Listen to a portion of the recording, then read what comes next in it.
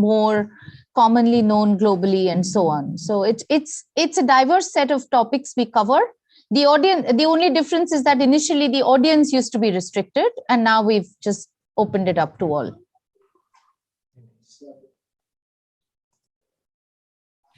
I think we can start, Shilpa. Yeah? Yeah. Okay, it's 8 o'clock. Okay. Good evening, India. Good morning, America, and a very warm welcome to all. PIC is delighted to bring to you this evening's conversation between Professor Girija Ranade, Professor Anirban Dasgupta, and Professor Sangeeta Kare. This is the 6th and probably final PIC conversation of the year, and I want to thank you all once again for joining us. Today's discussion will touch upon a pressing concern: what could be taught in an engineering program, what students must know, and how to bring more students into engineering across the globe and retain them in the engineering field. It is my great pleasure to welcome and introduce our event speakers and chair. Our distinguished speaker this evening is Professor Girija Ranade, the Assistant Teaching Professor in the Electrical Engineering and Computer Science Department at the University of California, Berkeley.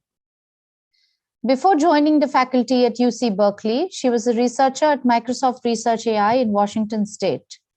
She received an MS and PhD in ECS from UC Berkeley and an SB also in ECS from the Massachusetts Institute of Technology. Her research interests have revolved around understanding stochastic systems and problems in control theory, information theory, and wireless communications.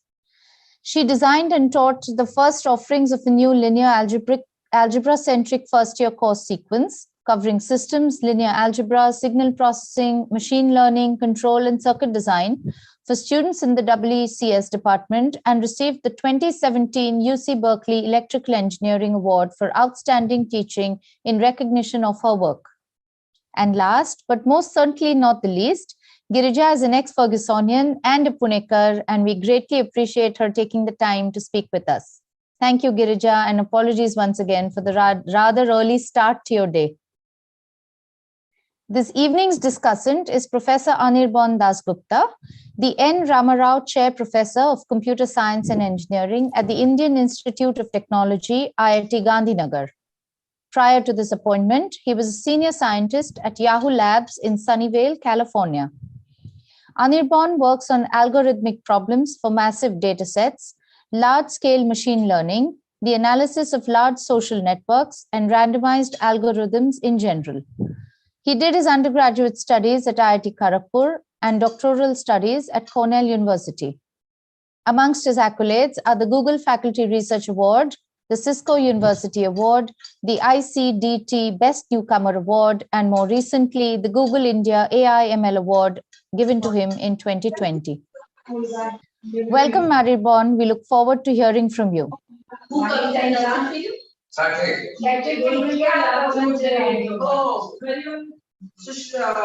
Kiran, can you please mute the audience? Thank you. Yes, Shilpa, we'll do that. Thank you. Our distinguished chair this evening is Dr. Sangeeta Kare, Professor of Physics at the Defense Institute of Advanced Technology, Pune, and PIC Life member. Dr. Kare also serves as the Director, Policy and Planning at DIET. Her area of work is nanotechnology and nanomaterials for applications in sensing, devices, and drug delivery vehicles. She has co-authored more than 115 research publications in peer-reviewed journals, 8 book chapters, and 4 books. Dr. Kare is the recipient of 3 national awards in the domain of teaching and research.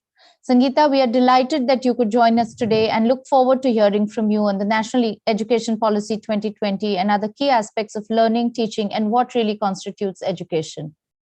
I have no doubt that our audience is most eager to listen to our guests, so let me hand over the proceedings to our chair right after the following housekeeping announcements. Dear listeners and viewers, you will note that audio and video have been disabled. We invite questions in brief, please, in the Q&A box. Our speakers will try and respond to as many as possible, time permitting. We are recording this evening's event, a copy of which will be made available upon request. We are also broadcasting the event live on PIC's YouTube channel. And now, without any further ado, over to Sangeeta for introductory remarks and further invitation to the speaker and discussant to make their presentations and comments. Thank you, Sangeeta. Thank you, Shilpa. And let me join you in welcoming both Dr. Girija Ranade and Dr. Anirban Dasgupta to this forum of PIC. Some brief comments before I hand over to Dr. Girija. Let me tell you a little bit about the Indian scenario. As we all know, India will have its highest youth population in the world over the next decade, and our ability to provide high quality educational opportunities to them will shape the future of our country. Education is a fundamental for achieving full human potential, developing an equitable and just society, and promoting national development. Providing universal access to quality education is the key to economic growth, social justice and equality, scientific advancement, national integrity, cultural preservations, and so on. And for that, India needs to continuously ascend progress and leadership on the global stage. The world is undergoing good changes, rapid changes in the knowledge landscape. We all know that the new topics such as big data, machine learning, artificial intelligence, and so on, they may have many unskilled jobs worldwide may be taken over by the machines due to these new upcoming topics. While the need for skilled labor, particularly involving mathematics, computer science, and data science, in conjunction with multidisciplinary abilities across the sciences, social sciences, and humanities, will be rapidly having demand, and it will be much needed.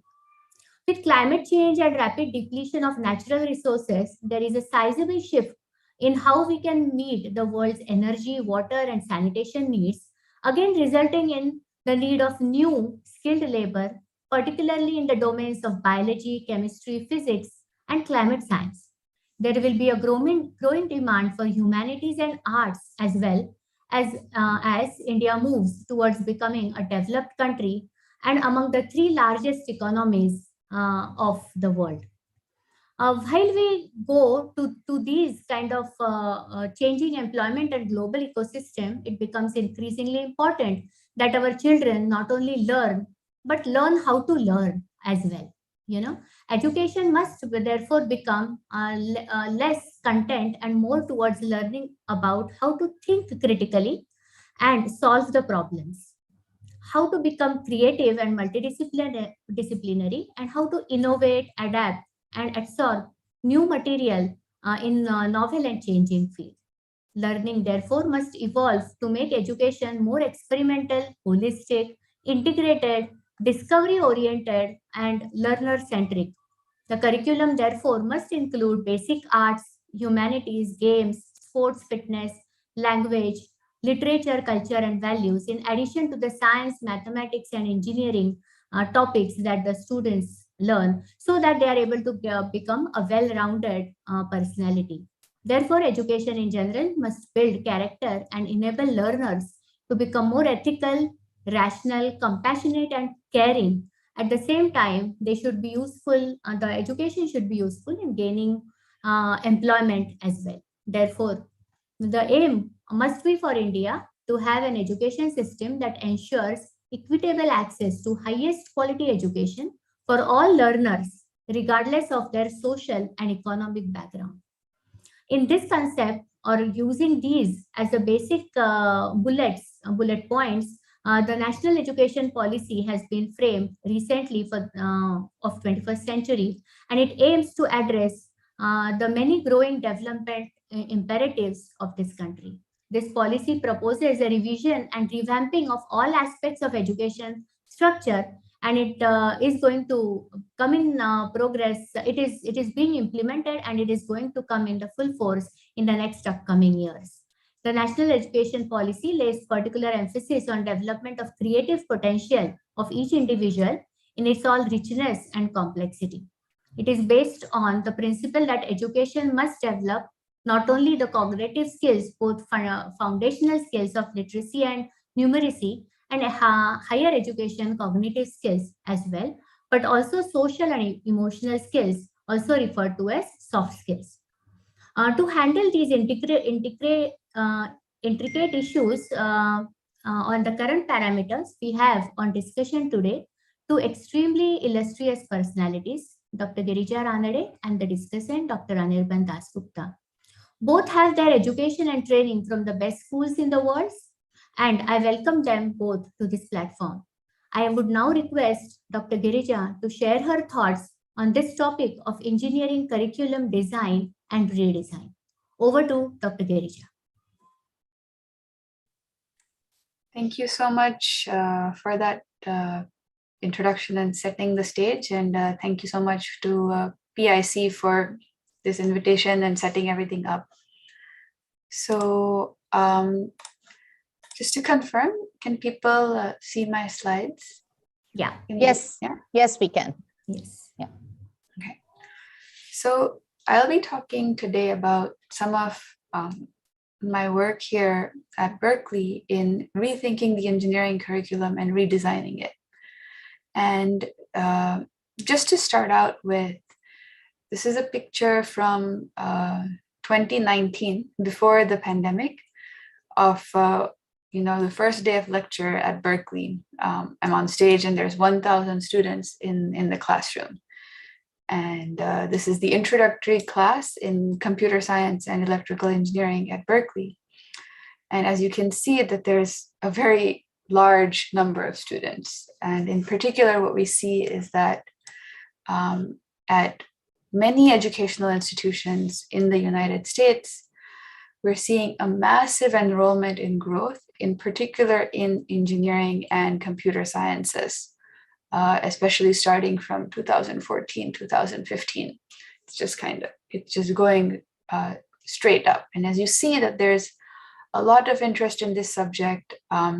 It used to be that this was not the most popular subject, but over time, we were getting more and more and more students, which is great because we need more engineers and computer scientists in the world. However, this comes with its own set of challenges. And even though we have more students, it's not like everything has been solved. And I wanted to put forth to you some of the big challenges that we are facing in education at Berkeley. And what I'm hoping to do is that to share some of our solution perspectives and see which of these, we can possibly use to address challenges that might also be facing students in India. So, for example, we see at Berkeley that we struggle still to attract non-traditional students or students from diverse backgrounds. The students' parental education, their socioeconomic status, as well as things like their gender and their race, still have a huge impact on whether or not they are enrolling in engineering courses and whether they're successful. And we'd really like, as Dr. Kare put it, to have people from everywhere come and be successful in our discipline. Second, when you're teaching 1,000 students, it's a big responsibility to say, well, how are we preparing these students for the next 40 years of their career? How do we make sure that they're going to be the best engineers that they can be? And these students are often coming in with having played video games, having had smartphones, being on TikTok and Instagram and Facebook. And all of these different applications provide what we think of as instant gratification. As soon as you post something on Facebook, someone's saying likes and you're getting immediately responses. And this idea of education where you must think through things, you stare at a problem and you learn it, or you read the textbook and maybe you will learn something in a few days. This slow pace is something that is foreign to many of the young students these days. And so to get their attention, you have to sit there when you're giving a lecture, you have to pull them away from the phone that they're looking at, and you have to get them to be excited about what you're talking about. So how can we make this mathematics that can be sometimes quite dry, somewhat exciting? And I'm going to talk about some of our efforts to do this. And finally, if I have time, I'll talk about our efforts to kind of teach students at this scale of 1,000 students while trying to maintain the high quality education that we obviously hope to give. So my goal in this talk today is basically, as I said, share some of the challenges that we've been facing at Berkeley and our attempts at solutions. And I'd like to brainstorm with everyone how we can, use some of these innovations to address challenges in the Indian context. So when I think about, well, what should we be teaching our students? What should the modern education include? I'm reminded of this quote by the Turing Award winner, David Patterson, and it's very similar to what Dr. Karya was just talking about in her introduction. We need to teach students to learn how to learn. And when we think about computational thinking, why do we value engineering as such a basic degree? And we say, whatever you want to do in life, study engineering first. That's because this process of this hands-on, inquiry-based computational thinking method is priceless. It's much more valuable in a sense than the specific skills, say programming skills or engineering skills, the hands-on engineering that you might learn. The way of thinking is something that is incredibly valuable, and this is what we want to try and impart to our students. Of course, when I was an undergraduate in my engineering degree, and probably for many, many people who are attending, my engineering classes looked something like this, where there would be a formula posted on some professor would have a slide, there would be a formula, and I would copy down the formula and try to use it and figure out, okay, well, in this question, this formula seems applicable. You do a little bit of pattern matching and try to match. This is, of course, the formula for the Fourier transform and the inverse Fourier transform. But it's not a particularly exciting way to get people to learn. And often what happens is that people end up being demotivated. And when I was a student, for example, you would have to take classes in basic mathematics, take differential equations, take calculus, take linear algebra, take Fourier transforms, take circuit design. And then only in your final year of undergraduate, where you're doing a final project, do you get to see, oh, the Fourier transform is actually useful for designing communication signals. It's important for how the radio works. It's important for how image processing works. It's important for computer vision. All of these applications are only revealed much later. The professor might just give the names of the applications, but to actually do the stuff, you don't get to do it in your first year. And this sometimes is challenging for students, especially if they don't have their uncle or aunt or someone who's telling them about the value of the subject. So what we are trying to build out is a way of motivating this mathematics with real world examples from day one, from their very first year as they walk in. We want to say that, if you want to, for example, build an imaging system. So imaging systems, they all understand, they all have a camera on their smartphones. We say, how do you take a measurement? You may measure something from the real world and then produce an artificial representation of that, which is what a photograph is. This, for example, it requires an understanding of what is an inverse problem. And we talk about, how we can use systems of linear equations, matrix analysis to do these kind of imaging problems. Another thing that excites students is like when their phones have a touch screen. How could you build a touch screen? How could you build a screen that when you touch it, the screen knows where you're touching? And we use this to, for example, introduce measurement circuits, and students actually build their own little touch screen in the lab.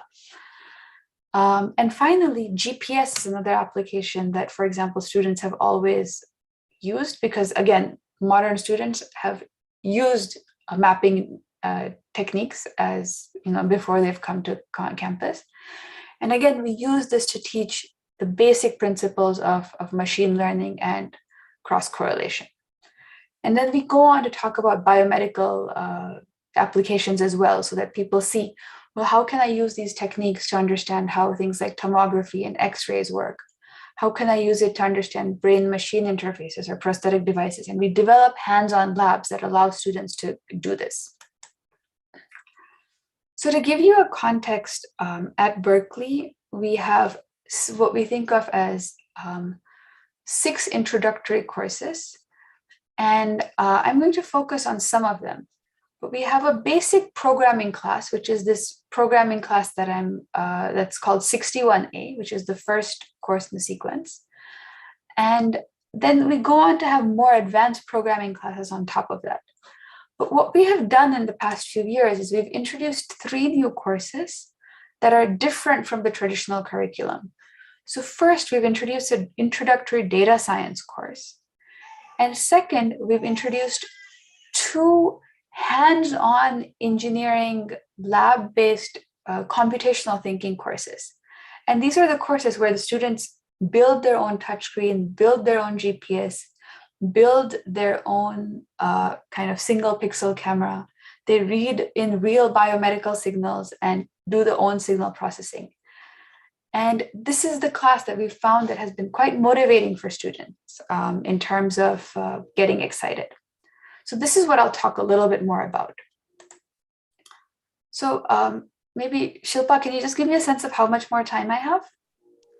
Yeah, you have about 15 minutes. Okay, great. 10 to 12 minutes ideally, but if you want to stretch it out a little bit. Okay, thank you. Yeah, I'll try to stay to 10 minutes. That's fine. So, yeah.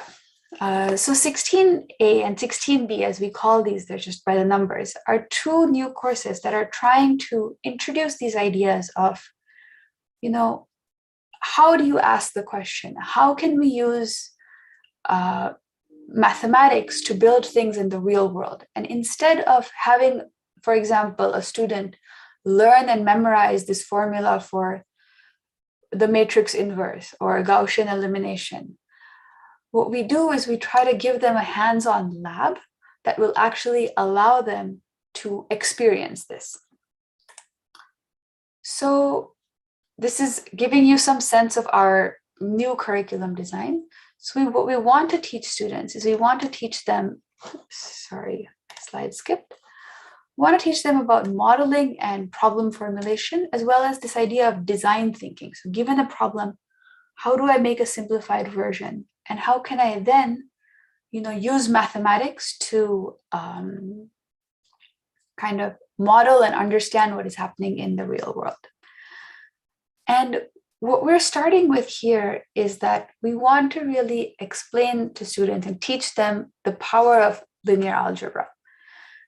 And we choose linear algebra as our focus, as opposed to probability or even calculus, because of the modern perspective that understanding data science and understanding statistics, understanding machine learning, understanding that when someone gives a number, like a percentage, a percentile, in the newspaper, someone gives statistics about a p-value, it is important for a modern educated engineer to understand and interpret what this means.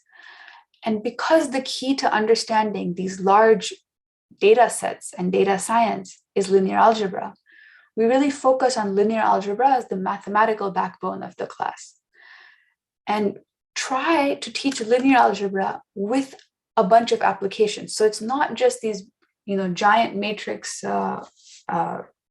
multiplications that used to be the case when I first learned linear algebra. And to do this, we have basically a hands-on physical lab. So students come into the physical lab and they're, building things with a breadboard. They're writing their own software in Python to be able to do these linear algebra applications. And I'll talk a little bit more about what these are. And one of the things that we're trying to do in this, by showing these applications, we're trying to show people that computer science engineering, it isn't just about sitting in front of a computer and typing code, because that is often the public perception that you see about computer science. People think computer science or engineering is about typing at a computer. But those of us in the field know, of course, there's so much more to it. There's mathematics, there's critical thinking, and the applicability is so broad. And what we're trying to do is show that to students so that people don't think that this is a boring field for only a certain type of person. For example, a common stereotype is that it's a boys field. But we want to say that no, for even, no matter what you want to do, if you want to study biology, if you want to do political science, if you want to have impact on the world, if you want to study economics, these concepts are fundamental, and we try to bring these out for students. So let me actually skip just to give you a sense. So I wonder, is this visible? Can you see this video that I'm showing? So what I'm going to show here is the example of the final project for the class. And I'll go back and talk in a little bit more detail, but I just want to show this to give you some context. So here the student is building their final project robotic car, and it's doing a voice-controlled robot car. So based on 2 different commands that the student will give, the car either wants to go straight or will go in a circle. So hopefully this plays. Oh, that did not work.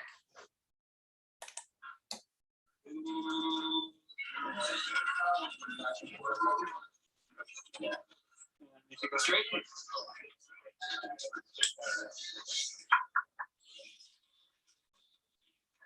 Fairly straight. Okay, did that video share work? Yeah, it did. Yes, it did. yes. Okay, great. So this particular application requires students to basically do the signal processing, collect the voice recording, do the signal processing, do a machine learning algorithm to classify whether he was doing the click noise or the blah, blah, blah, the noise. This is, of course, an engineering student implementing this. Do that software implementation, implement that on the microcontroller, and then have the circuit wiring to have the motors running based on the 2 different commands. So we're doing this full closed loop engineering, and they're doing this in their first year of engineering. And this is because instead of teaching them all of the subject, we're just teaching them exactly those parts that they need to be able to build out this project. Typically, a project like this, you would have happen in a 3rd or 4th year in the engineering, but by this careful design, we can have it happen exactly in this first year. So let me talk a little bit about what are the modules in this course. So the first module that we talk about is we want to introduce them to the basic linear algebra, because these are first-year engineering students. So when I was in Pune, actually, we did some matrix mathematics and some linear algebra, even in the 12th standard already. But in the US, most students have not taken any linear algebra. Almost none of them have taken any linear algebra before starting. So we're introducing to them what a matrix is, what is a vector, in that very first class.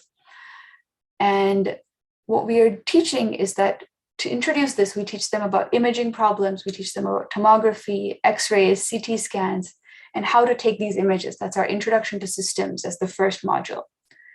The second module is all about the touchscreen design. And this is where we teach them about resistors, capacitors, operational amplifiers, and talk about feedback. And as the culminating project for that second module, they actually build their own touchscreen. And the final module in the first semester is an introduction to machine learning, where the lab is that they build their own GPS system.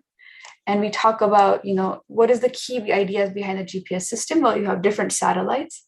And the key idea is that you get signals from many different satellites, you estimate your location.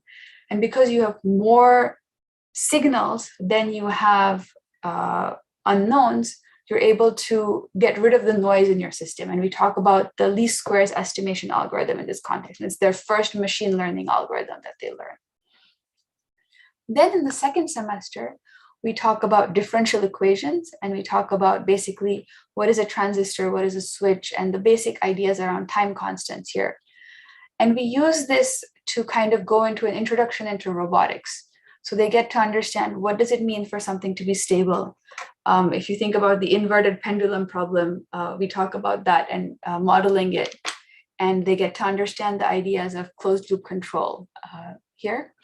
And then finally, we go to, again, unsupervised machine learning and classification, where we talk about things like principal components analysis, and they actually get to implement it. So they use that to classify the voice controls to their robot. What we're trying to do with this class, I just went to a large group of topics, is that we're trying to showcase a lot of the topics in engineering to them in their first year, and showing them that you don't have to be good at every one of these. You don't have to enjoy every one of them, but you can say, I just like the machine learning part, or I just like the circuits part.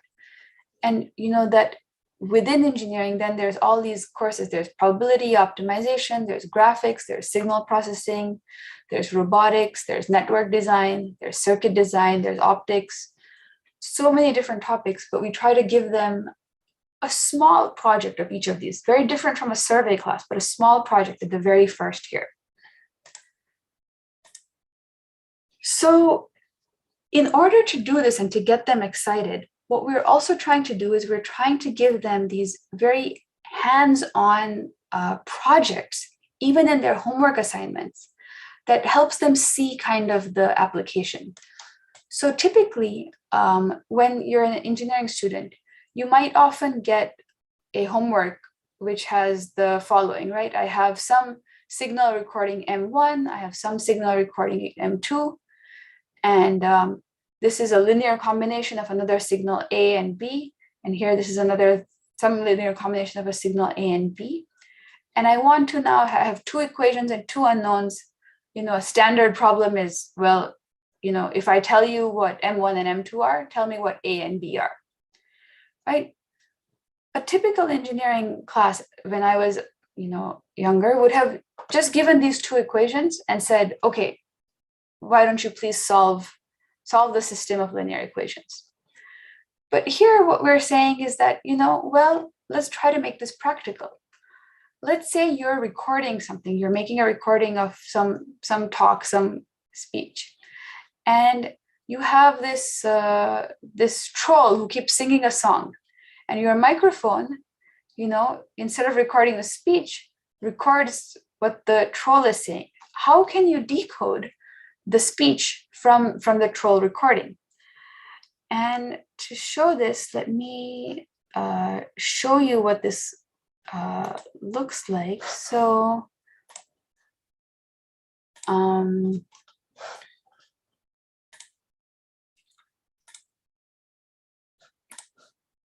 can you see this here? This code that I'm showing? Yeah. Okay. So this is just an example of homework problem. And so what we do is for a lot of students, writing software and writing code is very difficult. So we write all of this for them and give this to them. And this is the example of the homework problem. And what we say is that, well, let's say one of your microphones recorded the following recording.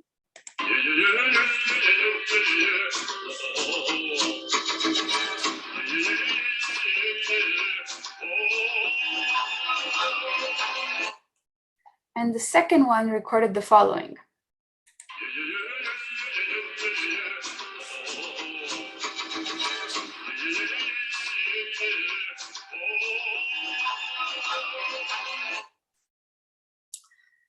We asked them to say, well, can you do the linear algebra? Can you do the basic mathematics to, understand what the decoding should be?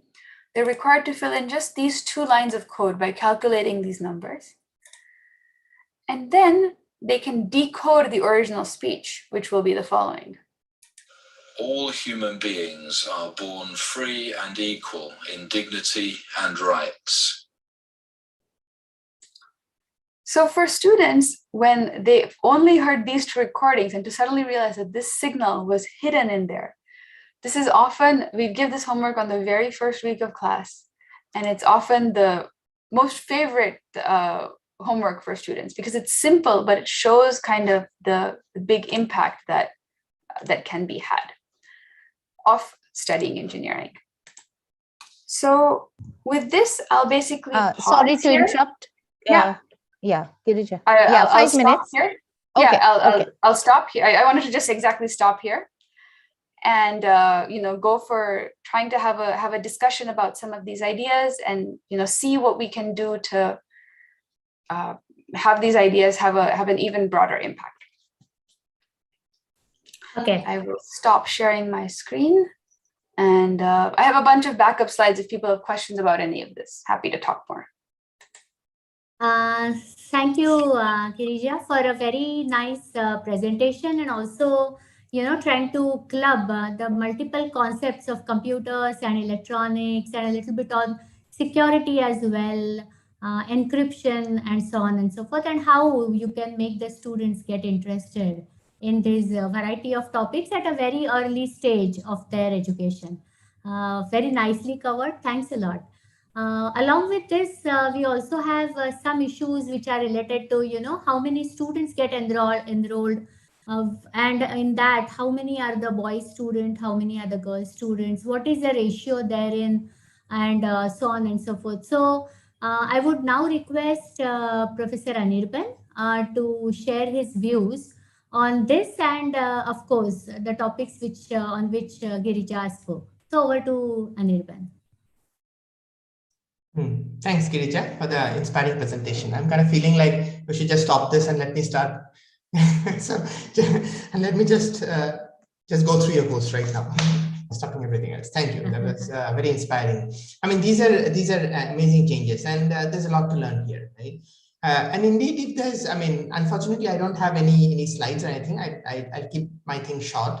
If there's anything that I've seen in the few years that I've been a teacher here, is that it's clearly much more effective to inspire the students to learn something, right? That's much more important, rather than ensuring that we either cover the entire syllabus or that we ensure that they get lectured on every details of it, right? It sounds like a trivial thing that we all sort of know at the back of our hearts, but it's not easy to get implemented, right? In this context, one of the experience, I was asked to speak about the Indian context here, right? And one of the frequent experiences I have had when related to this is when interviewing PhD students or MTech students, right? And that's one of the sort of not very sort of pleasant experiences sometimes that happen, that makes you realize what is happening to our education system, right? Because once you talk to, a bunch of them are very enthusiastic, right? But once you talk to some of the students who are coming from different colleges from across the country, right? From second tier and third tier colleges, engineering colleges across the country, but it seems like we, as in the collective we that represents Indian academia, often end up doing a lot of damage to our students, right? Who are in our education system. And the most telling damage that I see is one that robs the students of their confidence in learning something new, right? The fact that if I throw them in sort of uncharted waters, they can navigate it, and sort of it's okay if they sort of half drown, if they're not understanding something for a long time, that they can figure it out, right? Robbing the student of that confidence is possibly the most telling damage to that I have seen, that I can witness in these interviews, right? I'll just describe, so we don't have a sort of beautiful course as Girija sort of described out here. I'll just describe a few of the sort of goals of few of the efforts that have been happening at IIT Kanjanaga that are geared towards a broader goal, right? And that Professor Kale was talking about redesigning engineering education, right? A couple of these were very surprising to me when I initially came, and there's initial resistance, but this is not really the way, right? For instance, our BTech program does not start by a regular course, right? For the first 5 weeks that these BTechs come, the fresh BTechs right after clearing JEE come, is effectively a period to unlearn everything that they have taught, that they thought that education was in the last 3-4 years when they were stuck preparing for a single examination, right? And they help them rediscover themselves. So we call this the foundation program, right? And this is geared towards creating what we call a well-rounded people, right, who can contribute to society, who are respectful and can adapt to their surroundings, and then prove them to be thinkers, right, and sort of problem solvers, right? So what we do are things like they do a bunch of activities in which we call speakers who are social activists, they're artists, They undergo art classes. They undergo, a lot of sports and physical exercises. They do a lot of community service. They clean up the Ahmedabad railway stations. They clean up the area around campus. They do a lot of sketching, artwork, etc. And for instance, one of the courses that they're undergoing, that the first years are who joined in December this time after the late JE is they're undergoing a course called Learning How to Learn, right? So and throughout the entire 4 years, there's a lot of stress in hands-on activities, right? Some of this is getting institutionalized. So what I think are two interesting initiatives, right? And one of them is a recently built Maker Bhavan, right? Which is basically a makerspace for students to tinker around. Right? And one of the goals in being is to embed this active learning and tinkering around as a core value, right, in the educational experience of all students across ITG disciplines. Right? A bunch of students and a bunch of courses have been using this a lot. There are courses in mechanical engineering and civil engineering and other disciplines that actually use this makerspace in a very active manner, as well as electrical engineering. Another one that I really like, something that is close to my heart, is a Center for Creative Learning. Right? You can just Google it. Center for Creative Learning at IIT Ganjanagar, and you'll be able to find it, which is dedicated towards making mathematics and science education more accessible. Right? I have, as I was mentioning to Girija, that I haven't been able to sort of contribute to this as much as I would like to, but in the limited time that I've been involved in, it's a lot of amazing fun to see how non-trivial mathematical concepts, right? For instance, the relationship between platonic solids, right, can actually bring about a lot of fun to kids, right, when the mode of communication changes. From lecture to visual demonstration, more importantly, to them doing hands-on experimentation with these things, right? And so that's something that's very close to my heart. But of course, the kind of examples that Girija showed, I'm sort of waiting with bated breath to try them. So one of the fun things about, that's a third example, one of the fun things about being in a new IIT is that you get a chance to design a lot of things from scratch, and we started by designing our CEC BTech curriculum. By the way, please signal when I should stop and I'm sure the audience is waiting to ask questions. Go ahead, Anirban, another 2-3 minutes is okay. Yeah. Okay, so a couple of courses that we think redesigned that have turned out well is number one, our data structures and algorithms course, which typically tends to be the data structures course in which you do hands-on and algorithms course in which you do theory. So we happen to have done a mishmash of these two, and now they are trying to prove the theory as they do the coding, right? So that we think works a lot, works very nicely. Another thing that's very close to my heart is that when we start with the introduction to programming course in the first semester, right? We start with a set of activities from what is known as CS Unplugged, Computer Science Unplugged, right? And this is an effort by Professor Mike Fellows, New Zealand. It's basically a collection of learning activities that teach computer science through games and puzzles that uses cards, strings, crayons, in fact, a lot of running around. Right, and this is a very popular activity, set of activities when we have even high school kids coming over and visiting IIT Ganjanagar, and the credit for this basically goes to Professor Neil Hara in IIT Ganjanagar for quoting this to our course. So just to summarize, the NEP 2020 was mentioned. I just make a note of that there's a lot of forward-looking statements that sort of encourage similar approaches, right? There's a push to reduce the curriculum content, to create more space for critical thinking, discussion, and analysis, and to make teaching and learning more interactive, right? But these are all laudable ideas, right? Working out the implementation of this philosophy needs hard work, like you saw Girija's talk, right? And just to finish off, thank you again for the very engrossing talk. And I'm sure there's a number of audience members who are waiting to ask this question. So let's open this up. Thank you, Anirban, for so richly supplementing Girija's enlightening talk. So we have a few questions. Let me address them in reverse chronology. The first one is directed at Girija, if you will, please. It is, what is Berkeley's process of making learning more applied and relatable by involving industry to share real-world problems, which often go well beyond specific topics or courses, and mixing those with the series of courses, say in years 2, 3, and 4, so that a large, meaningful problem allows people to understand relevance of courses in solving many parts of the same problem. Is there a defined method of making school and industry work together in some form? How has that worked in your experience? Thank you for that question. It is, in a sense, the million-dollar question. And I wish I had a perfect answer, but I think this is something that we are learning how to do, especially as industry is evolving at a faster clip than sometimes the bureaucratic educational institutions can evolve. But one of the things that we've been working with some industry partners in the Bay Area is working on actually developing specific courses in collaboration with them, trying to have guest speakers come in and building out partnerships through that. Our department also has an industrial advisory board, which we find very valuable, of senior members from industry who come and engage in curriculum discussions with us to make sure that what we're teaching is actually what is relevant.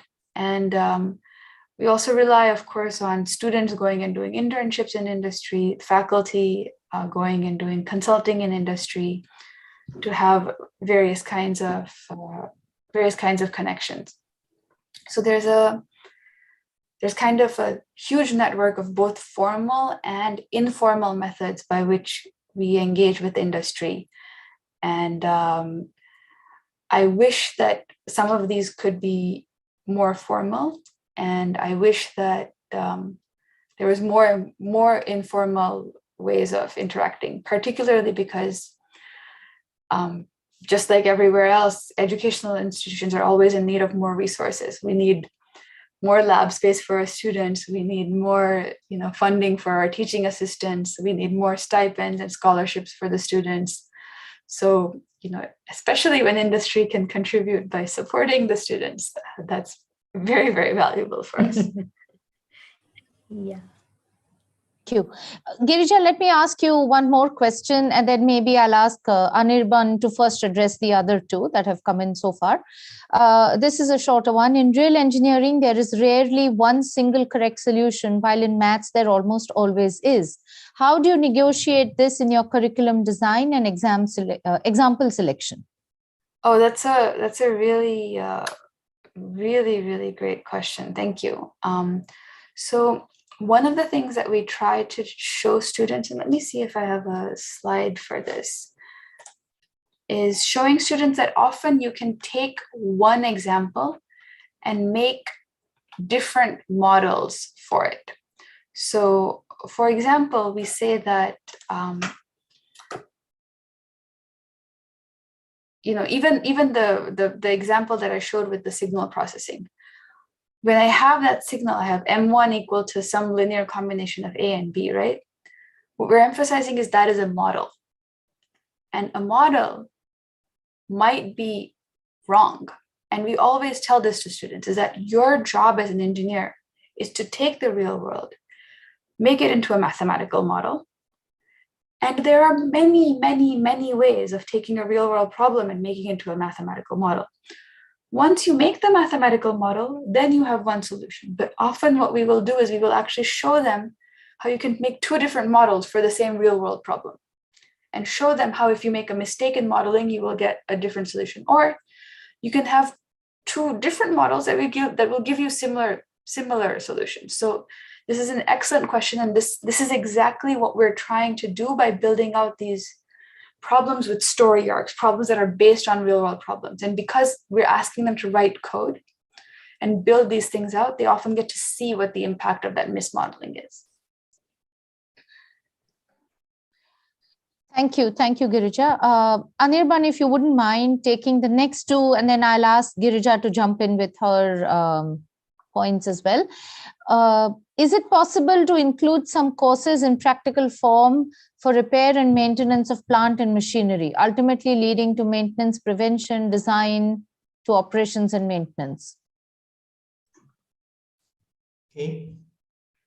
So I mean, if you're talking about general engineering, I mean, yeah, these, I'm not aware whether similar courses exist in different engineering branches, but yeah, they do make sense. A related one that I can talk about is that recently this issue of preemptive maintenance has become pretty important, and the corresponding data collection, and how to do the corresponding data collection for that, and how do you sort of build models that sort of will tell you when to do the maintenance of a particular sort of piece of equipment, right? That has become important, and a bunch of students have been taking up projects that are in collaboration with industry, right? That's something that they can do, right? That, let's say, a particular industry offers a project that I want to develop some algorithms on maintenance prevention, right? And I'm willing to give you the data, and can you student sort of do an actual course with me, right? Which is a project, and that's something that they have been doing, right? But we don't, as of now, I don't exactly know if there's a formal course around this, right? But it sort of works in this hands-on manner. So, okay, Anirban, let me ask you and Girija a related question. Are you also looking to include a few finance business courses in the engineering curriculum? Typically, it's observed, at least in India, that finance rarely enters what an engineer studies after grade 10, because, and that way the engineers getting into the entrepreneurship route tend to lose out on some key skills. Could you address that both in the US structure as well as here in your own institute? I should go first. I can go first, sure. Point to each other. Okay. Sure. So in, for example, I also teach an optimization course in Berkeley, and this is a course where actually we do have some examples from financial engineering. One of my co-instructors actually works in this area. And so we do bring in some examples from finance, from a mathematical perspective, into the curriculum in these upper division courses. We don't typically bring them into the lower division courses in that sense.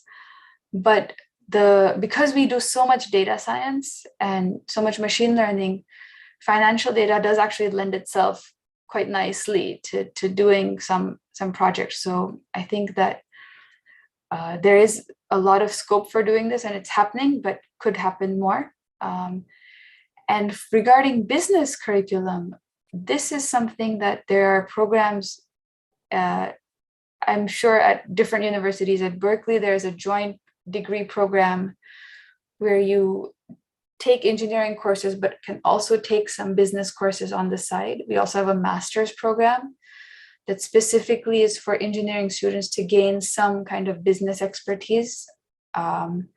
So I think there are different programs of this sort. I'm not that familiar with the, what the IITs are doing, but I'm sure Anirban can talk to that. So I'll pass to him. Regarding finance, so in here, what we have is that we do have a management minor, right? And us and a lot of the IITs now, they have these, they're much more flexible in that they have a major and a minor and a dual major and all of that. So a bunch of students do take a management minor. I mean, that happens to be the second most popular minor, the most popular one being computer science, of course. And that has a lot of finance courses, right? Okay. And in fact, a lot of the people who go on to sort of do startups do take that route. They would sort of do their own thing, and then and the management minor on top of that, and that sort of gives them the right exposure. Okay, thanks. Let me combine a couple of questions because we're going to run out of time. Anirban, you talked about unlearning needed from the students to scale back what they thought they had learned the last 4 to 5 years before starting a new curriculum. Does unlearning really take place smoothly? How long does it typically take for a student to start with a clean slate? And secondly, how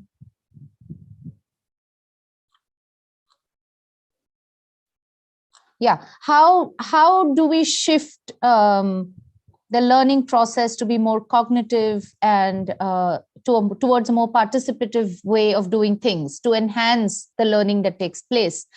Can we realistically expect that the current lecture-based teaching system will move towards a more participatory way?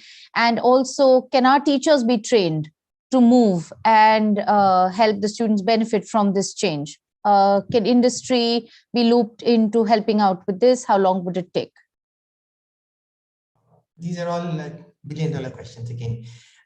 No, of course not. I mean, unlearning doesn't happen.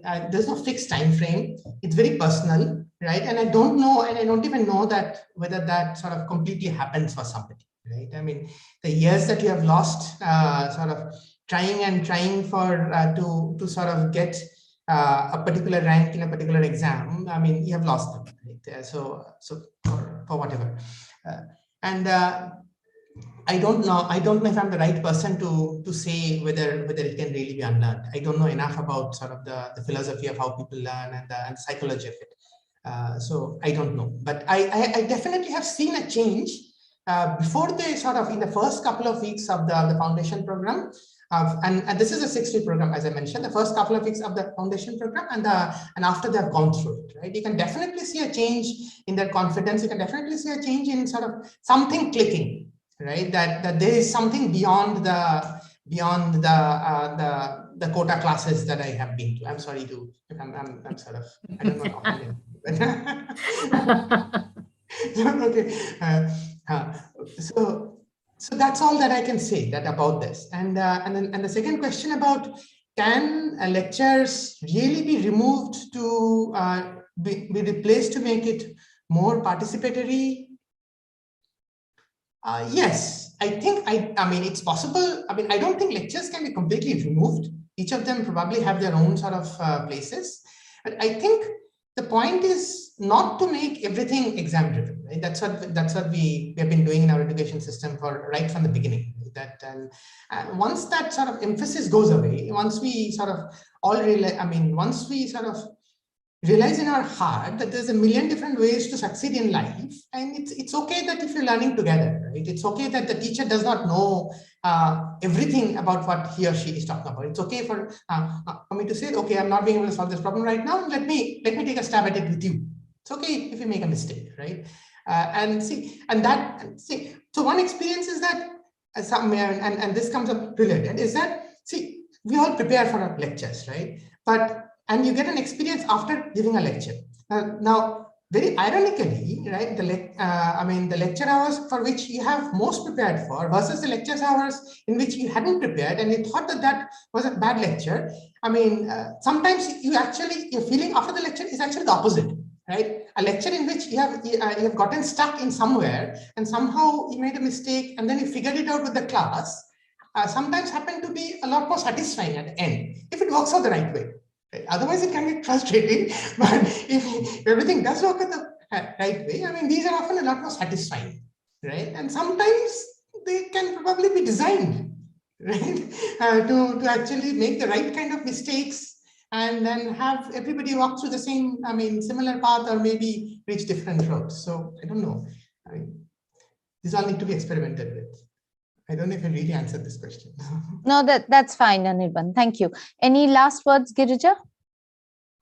I think Anirban addressed a lot of it. I think just one thing that we've been doing that might be useful is our courses often involve a lot of hands-on labs. So, you attend, 1.5 hours of lecture, but you spend 3 hours building the thing yourself in lab. And that's one way of getting students to participate much more. And second, we actually involve our undergraduates heavily in teaching. So when I say that I'm teaching 1,000 students, I actually also I'm working with a course staff of our 100 top students. So these are, the first years are taking the class, the second and third years are helping teach the class. And I'm teaching them in these smaller courses how to teach the class. And then by taking on that slightly senior role of being a teaching assistant, they're actually participating and engaging more and actually learning the material at a much, much deeper level. These are often the students that get picked up first by industry. when someone asks me for, do you have a good person, I will recommend my top teaching assistants. And so by involving the students in the teaching process, I think we can make it much more participatory. And this is something that we've been trying very hard to do at Berkeley. And I think this is a model that can be extended to other institutions as well. Okay, thank you. Sangeeta, I'm going to ask you to wrap up, please. It's close to our time. Yeah. So a quick, quick roundup of what was discussed, and then we will close the session. Thank you. Sure. So let me first thank both the speakers, Dr. Girija and Professor Anirban, for trying to share their own views and also share what is being done in their respective institutes, how the education system, how a particular course is actually being handled carefully in such a way that there is a good emphasis on the practical learning and kind of less part which is done at the classroom level. Also, there were good discussions done herein wherein the questions were asked on how finance and management can be a part of the curriculum and how is it being connected to the courses that they take. I would like to thank both the speakers. I would also like to say a few things which are related to the Indian system, because in Indian academia, IIT is a different way in which education is being imparted vis-a-vis the state universities, central universities, and even the NITs. And in that particular sense, I would like to say that now the situation has indeed come wherein we will have a kind of a less barrier kind of topics which would be given, kind of cross disciplinary, we can say. So somebody who is in an engineering field and trying to do computer science can also opt for finance, can opt for liberal arts and so on. So this new education policy is going to do that.